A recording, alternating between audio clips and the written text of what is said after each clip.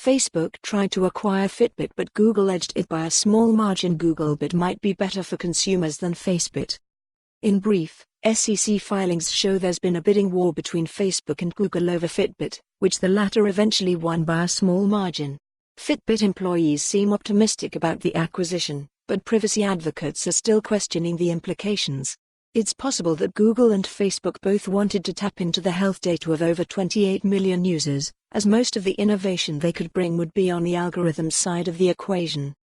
When news broke earlier this month that Google managed to buy Fitbit for $2.1 billion, many users were more than a bit disappointed. Some of them even told CNBC that they're actively looking to get rid of their Fitbit products and move on to alternatives like the Apple Watch as soon as possible. It also prompted privacy and antitrust advocates to send a letter to the Federal Trade Commission where they argue the deal will give Google even more dominance over Internet services and access to a new pool of consumer data. They propose the deal be blocked, but now an SEC filing shows that Facebook also wanted to acquire the wearable maker. To get an idea of how close it was to succeeding, the social giant's final offer was sitting at $7.30 per share versus Google's $7.35.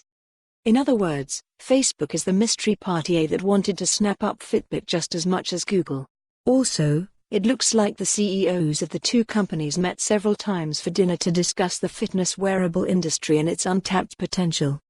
Those who owned a Pebble expected Fitbit to come up with something similar after acquiring the intellectual property behind it, but that hasn't happened and seems even less likely to happen under Google. On a more positive note, the remaining Pebble smartwatches in the wild are getting a new lease of life thanks to a few crafty individuals. In any case, Facebook is no longer interested in bidding for Fitbit. But keep in mind that court filings have shown the social giant leveraged its data policies to gain the upper hand against potential rivals, so Google might just be the better choice. Unlike Facebook, Google is in a position where it wants to save the Wear OS ecosystem and is generally more trusted by consumers.